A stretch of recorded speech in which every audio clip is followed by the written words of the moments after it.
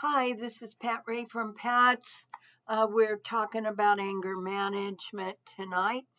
I need you to grab a piece of paper, print your first and last name on it so I can read it, put today's date on it, put the type of group, which is anger management. I need you to put the topic of the group, which is stop yelling. I need to know, are you paying cash for this group? If so, you need to call us 217-954-1128. You can pay over the phone, or you can call me at 217-766-9132 if that is if it is after 5 o'clock or on a Saturday in order to pay over the phone. You can also bring by the cash to our side door 9 to 5, Monday through Friday, the exact change, and bring your homework at that time. Okay, what I need to get you signed in would be your homework. So you're going to need to either bring that in 9 to 5, Monday through Friday, drop it off, or you're going to need to take a picture of it and send it to me at pat@changeisAchoice.org or text it to me 217-766-9132. So in order to get credit, I need the homework and I need the payment, or you need to write the payment source on your paper. So if you have another agency paying for your services, please put that, who is paying for it, and the contact person or your caseworker or whoever it might be. Okay, today we're going to talk about stop yelling. Now you may not be a yeller. If not, you're good to go. But for a lot of folks, a lot of us are yellers, myself included. So why do people yell at each other? Well, here's kind of a short list. I'm going to refer to my notes for a moment. It says, 1, because they are angry or have too much emotion that they can't keep inside. Or 2, because they are trying to get someone's attention and that person is ignoring them. Or 3, because they really, really want someone to do something. Or 4, because they have developed a habit of yelling. A habit. In other words, they just do it because they've done it and they repeat it over and over again. They've learned it and they've continued to do it. At some point, yelling works, so they, aha. So now they do it. They do it when they don't have to. Instead of saying, hey, would you come over here and help me with this, whatever, they say, get over here, I need your help. You know, that kind of a response. So it's become a habit. Guess what? Some people are bullies. What is being a bully? Screaming and swearing is part of being a bully, and trying to dominate and control the other person in a marriage, a family, a partnership, whatever it might be. So, what about that? We just talked about people do it because they're angry. They do it because they want people's attention. They do it because they want somebody to do something, or it's just a habit. So being a bully, what do you think? Could be all of those reasons or why they yell. But at any people who are bullies have found that yelling and screaming controls and gets the person, another person, in many cases to do what they want them to do. So the problem is, or the real life issue is, yeah, they might get that person to do what they want them to do in this moment. They may get them to agree with them. But the truth is that people do what they want to do when they get on their own. So they find sneaky ways to get even with them behind their back. So no one likes to be screamed at or called names. The person who uses this type of communication usually doesn't feel too good about themselves, or they just really have a lack of good, proper communication skills. So what I'm talking about tonight is we may have a two-part problem. One, we may have a habit of yelling. So how do we break our yelling habit? And the other part is, how do we learn to release our pent-up emotions in a healthy way? Okay, do you think you have a habit of yelling? Many people do not have the best communication skills. Where do we learn those? Some of us were fortunate enough to be observant of good, positive role models, either in our upbringing, in our immediate circle growing up, or we learned it from someone we respected, maybe even somebody outside of that circle, like a teacher or, somebody in our life. So some of us learned that. I did not. I learned how to be angry. I learned how to holler. I learned how to get what I want through force. Unfortunately, those skills do not always work for us long term. Okay. So learning good communication, learning how to talk to people the way we want to be talked to.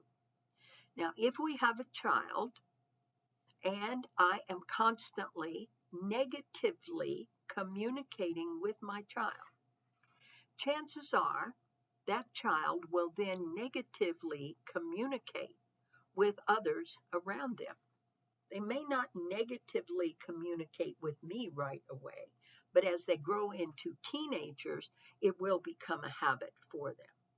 And so if I'm hollering and screaming at my kid all the time, or at my spouse, or at my whoever all the time, chances are they are picking up on that. And in many cases, that may come back to me. They may treat me that way. So, how do we handle it? If someone is yelling at us, there are a couple of things. Let's talk about this for a minute. If somebody's yelling at me, I may just kind of raise my hand in front of them and say, oh, please stop yelling. Please stop. You are yelling at me. Please speak to me like I am someone you love. You need to take a time out. Just take a minute. Just take a breath. Now, if I am doing the yelling and somebody says, please stop, I stop talking immediately. I take 3 deep breaths. 3. I say, I apologize. What I really wanted to say was, or I say, excuse me, I need to take a minute. I'll be right back when I'm ready to talk. Gosh, that's simple, isn't it? But it's not so easy in real life, is it? So let's go back to the person doing the yelling at you. What do you feel like? Somebody is yelling at you. Somebody is talking to you in a negative way. Somebody is treating you as if you are less than. You're an adult and they are talking to you as you are a child, like you have no rights or no, nothing to assert yourself or stand on. How does that feel? That might cause you to feel angry. So in many cases, if we feel that way, we react to that feeling, don't we? And we say or do something back. We react. We don't think it through. We don't choose an action. We react to it. So that's what we're trying to get away from, is automatic reactions. Okay, so now somebody is in your face and they are hollering at you. There's this thing that we use in anger management and in parenting and in substance abuse and in mental health counseling. It's called stop and think. Stop and think. Stop. You feel it coming. You're getting upset. Your body is alarming. It's sounding the alarm. You feel it. Either you can feel your face is hot. You can feel maybe your heart is beating. Maybe you're perspiring. Your hands are sweating. Maybe you're holding your breath. You know what it is. Think about it.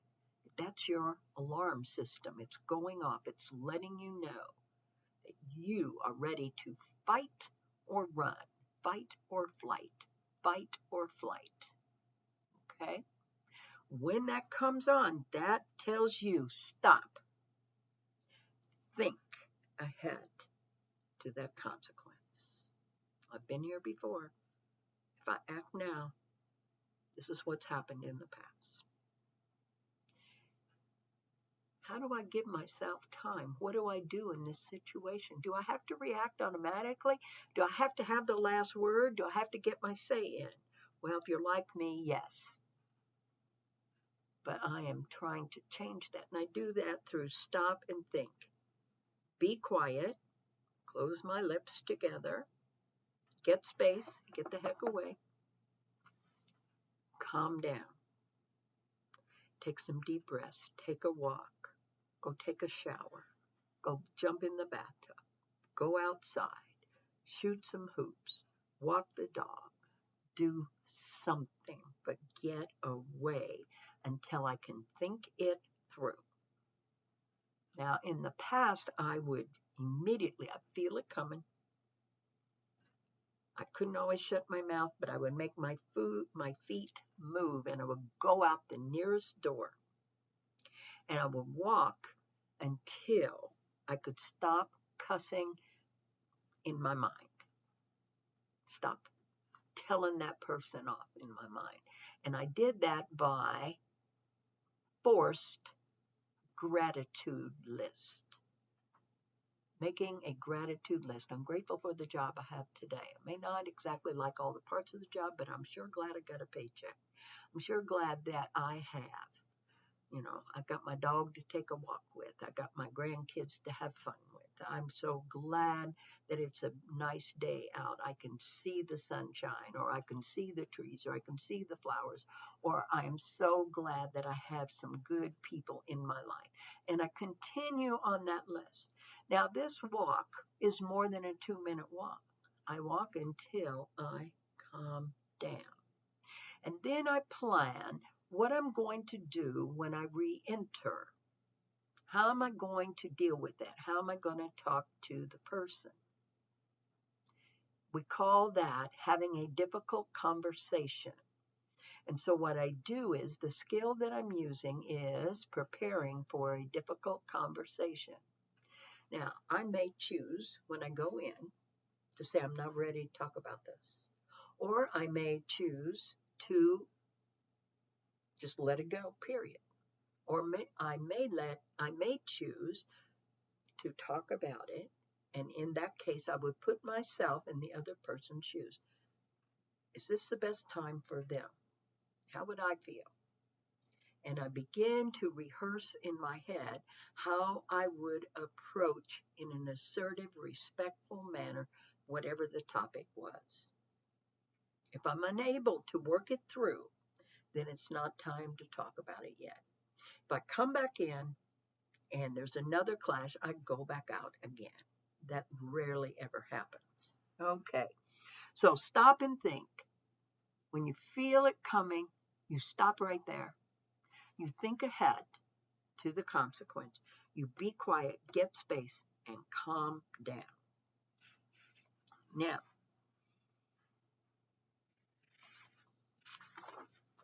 if you have a family member that you are yelling at a lot, whether that's your kid, your partner, your sister, whoever,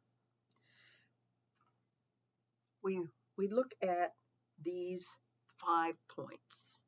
1, realize yelling is not effective.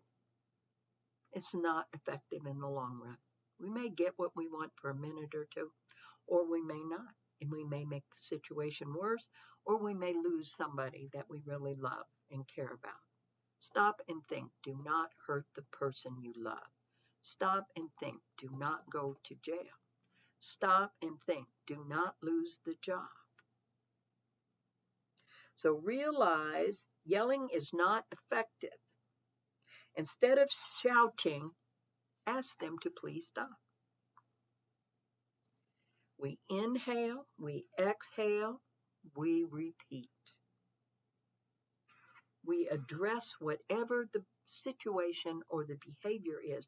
We don't react, we address it. We talk about it. We problem solve. We work together. Instead of it being my way or the highway, I open my mind to the kernel of truth in both people's opinions and point of view, mine and theirs. Okay. Instead of yelling, this is something that I have learned. Instead of yelling, use a firm but soft tone. When somebody is screaming at me, I've learned to drop my voice, lower my voice, keep a calm, even tone, and speak concisely, firmly, in an even flow, and eventually the person will either get mad, hang up on me, or walk away, or they will come down and listen. Okay. All right. So to wrap this up, I want you to write about a situation in which someone was screaming at you, and using stop and think, be quiet, get space, calm down. How could that have helped or made the situation better? So I'm going to need your notes on what we talked about today. Some of the points were people yell because they're angry, they have too much emotion, they can't keep it inside, because they're trying to get someone's attention, because they really, really want somebody to do something, or because they have developed a habit of yelling. So in your progress note, I need you to address that, as well as stop and think, be quiet, get space, and calm down. All right. Have a good Tuesday. Thank you.